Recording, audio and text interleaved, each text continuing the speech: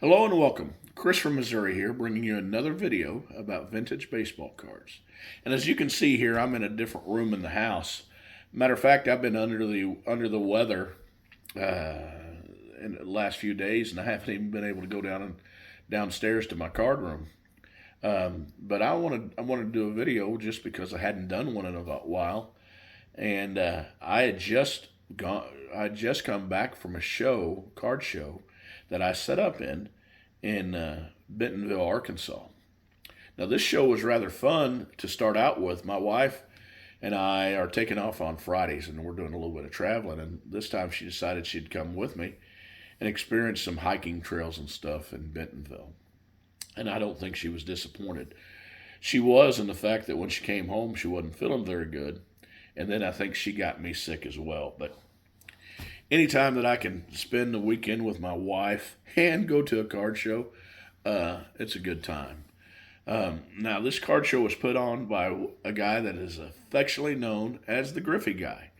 And he puts on a bunch of shows a year, and you could tell he's been doing it a while because it was very organized, very well attended, so he must have got the word out.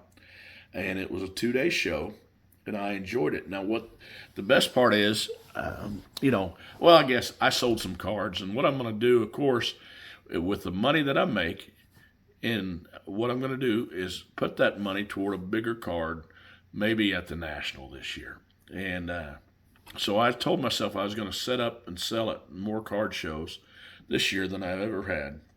Now, also this show didn't disappoint because I got to meet another YouTuber personally, a couple of them, and then I think I made a couple new friends down there as well. And well, I'm just going to show you some cards. So as you can see here, I have a Dan Quisenberry 1983, and then I have a George Brett card right here. And those were given to me by Eric, Automatic for the Collector. Now, I think this is all that he's gave me, but he might have given me more. We spent a long time talking to each other. And if you don't know Eric, go to his channel. Again, it's Automatic for the Collector. And I first met Eric, not physically, not handshakeable, but I watched his channel. Pepino Man had a video response, and you were supposed to imitate one of your favorite YouTubers. Now, Eric imitated me, and I think he did a good job and stuff, but I thought it was rather funny. And give him a chance. Go over there and take a look at his channel and watch a few of them. See if you like it. Now, another thing, I met another YouTuber, and forgive me on this, but I think it's Phillies fan, something. And listen, it's unique that he's a Phillies fan living in Arkansas, but he is an educator. He's a music instructor at the university, and we had a nice little visit and stuff, and talking about the YouTube scene and talking about cards, and it was really fun. And so the next person I want to talk about, he's not a YouTuber, but he should be, and his name's Chris. Now Chris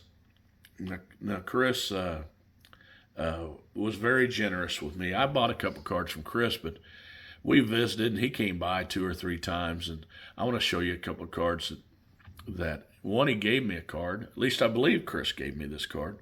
So here it is. Let me get these out of the way. Now, what Chris gave me is this Claude Oystein Giant. Now, I really like this card, and it's really neat. He didn't have to do that, and I don't know. It's going to be nice to have in my collection. But a couple of cards that I bought from him going to be in my collection for a long time.